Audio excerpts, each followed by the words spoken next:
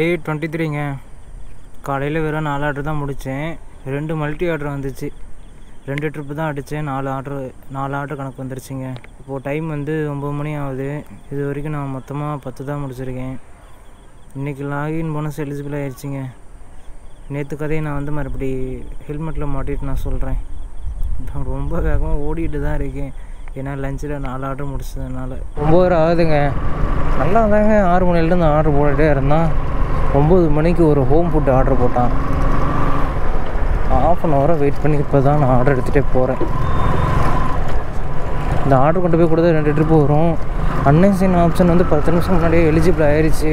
சரி, அன்னைசன் பண்ண வேணாம், இந்த ஆர்டர் எப்படியும் டெலிவரி பண்ணிடலாம். டெலிவரி பண்ணுற இடத்துல அங்கே ஒரு ஏடிபி இருக்கா, அது ஏடிபிள்றது ரிட்டன் ஆர்டர் வந்தாலும் வரும் அப்படின்னு சொல்லிட்டு நானும் வெயிட் பண்ணிட்டே இருக்கேன். டக்குன்னு கொடுக்கவே இல்லை.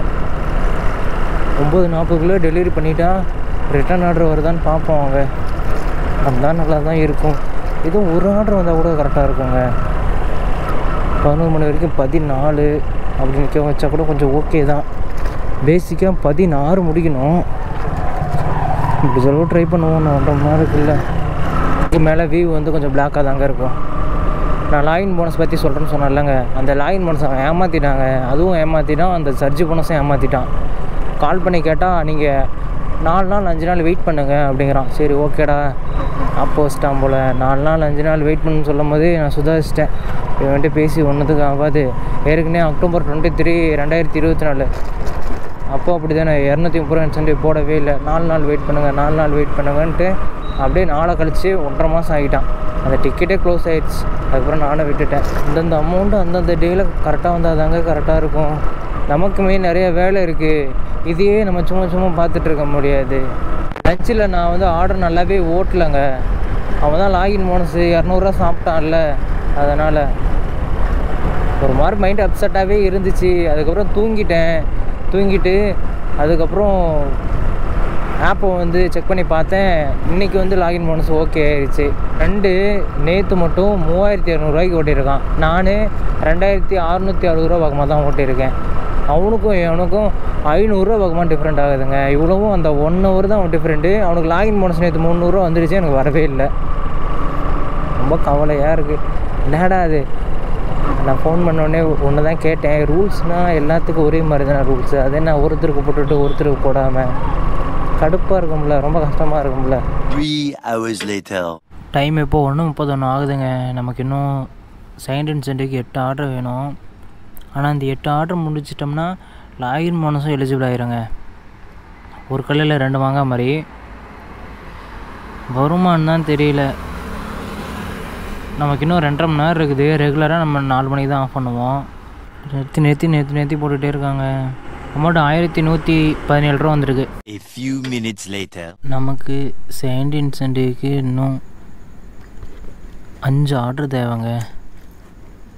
ஆர்டர் ரொம்பவே டல்லாகிடுச்சு. டைம் வந்து 3:32 ஆகுது. இன்னும் 2 ட்ரிப்பு வந்துச்சுன்னா லாகின் போனஸ் ஆச்சும் வரும். அது கூட வராது போல். நேற்று தான் லாகின் போனஸ் நமக்கு கொடுக்கல, அதனால் நம்ம வரல.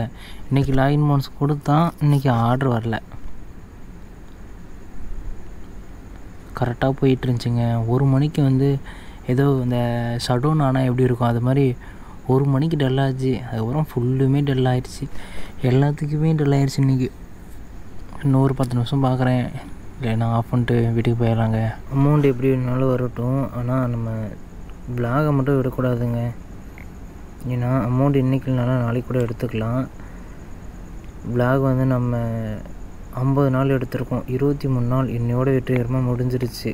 அமௌண்ட் ஏன் பிரச்சனை இல்லை அப்படின்னா, இன்றைக்கி நான் டேவாக ஒர்க் பண்ணியிருந்தேன்னா கண்டிப்பாக 3 இன்சென்டிவ் முடிச்சிருக்கலாம். ஏன்னா 1 மணிக்கு மேலே தான் டல்லானுச்சு. நமக்கு எப்போ அமௌண்ட் ரொம்ப கம்மியாக வருதோ அப்போ கஷ்டப்பட்டுக்கலாம் அப்படின்னு சொல்லி விட்டுட்டாங்க. என்ன இது மாதிரி ஒர்க் பண்ணால் அமௌண்ட் வந்து 3000 வரைக்கும் கூட வருது. எனக்கு அதிகமாக வரல, என் ஃப்ரெண்டு எடுத்துகிட்ருக்கான், அதனால் அதை பார்த்து நான் சொல்கிறேன். மணி இப்போது 3:55 ஆகுதுங்க. ஆஃப் பண்ணலான்னு நினச்சிட்ருக்கேன். 2 ஆர்டர் போட்டால் லாகின் போனஸ் ஆச்சு வந்திருக்கும். அந்த 2 ஆர்டரும் போடவே இல்லை. அவ்வளோதான், இந்த வேலைக்குன்னு ஒதுக்கப்பட்ட மணி நேரம் முடிந்து விட்டது.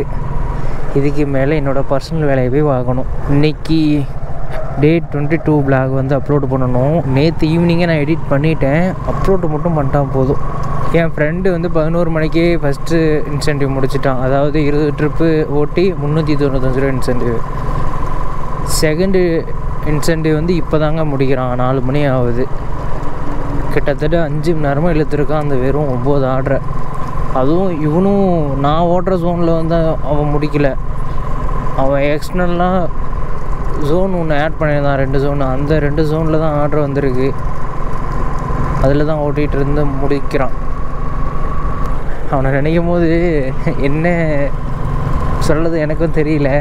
இந்த வேலையை நம்பி அத்தனை தேவைகளை ஏற்படுத்தியிருக்கான். இப்போ எனக்கு பிரச்சனை இல்லை, ஏன்னா இதை நம்பி நான் எதுவுமே வாங்கவே இல்லை. இந்த லேப்டாப் தான் வாங்கணும்னு நினைக்கிறேன், அதை கூட என்னால் வாங்க முடியலன்னு சொல்லிகிட்டு இருக்கல. அதுதான் இதனால தான். அவனுக்கு ஏதோ ஒரு நாள் ஒரு வாரம் சம்பளம் வந்து டல் ஆகிடுச்சின்னு வச்சுக்கேன், அப்போ அப்படியே சிக்கிப்பான். இப்போது வீக்லி அமௌண்ட் எனக்கு ஒரு 10 ரூபா வருதுன்னு வச்சுக்கோங்களேன், எனக்கு அப்படி இப்படி போய் ஒரு 8 ரூபா நிற்கும். ஆனால் அவனுக்கு அப்படி நிற்காது. 10 ரூபா வச்சுன்னா 11 ரூபா வரைக்கும் செலவாகும் அவனுக்கு. இந்த ஸ்விக்கியோட ஏர்னிங்ஸு அந்தளவுக்கு நம்ம யூஸ் வராது இல்லை அப்படின்னு நான் சொல்ல வரல. ஆனால் யூஸ் பண்ணணுங்கிற மெத்தடில் யூஸ் பண்ணால் நல்லாவே யூஸ் பண்ணலாம். ஆனால் அவன் யூஸ் பண்ணுற மெத்தடு ரொம்ப என்ன சொல்கிறது, இங்கே காசை கொண்டு போய் சம்பாரித்து இங்கே ஒரு ஏரி இருக்குது அதுக்குள்ளே போடுற மாதிரி தான் அவன் சம்பாதிக்கிறான். ஒவ்வொருத்தர் விவரம் தெரிஞ்சவங்களாக இருந்தாங்கன்னா வெள்ளி 100 கிராமு இல்லைன்னா வெள்ளி 1 கிலோ, அப்புறம் கோல்டு இது மாதிரி எடுத்துப்பாங்க. அமௌண்ட் எப்போல்லாம் அதிகமாக வருதோ அப்போல்லாம் வந்து கோல்டு எடுத்து வச்சுப்பாங்க. கஷ்டம் சொல்லுங்கும் போது அதை அடகு வச்சு இந்த செலவு வந்து பூர்த்தி செஞ்சுப்பாங்க. இங்கே ஒரு பேகு மட்டும் தனியாக இருக்குது. அன்றைக்கி ஒரு நாள் ஒரு அக்கா இந்த இடத்துல தான் நின்றுட்டு இருந்தாங்க, கையை காமிச்சிட்டு இருந்தாங்க.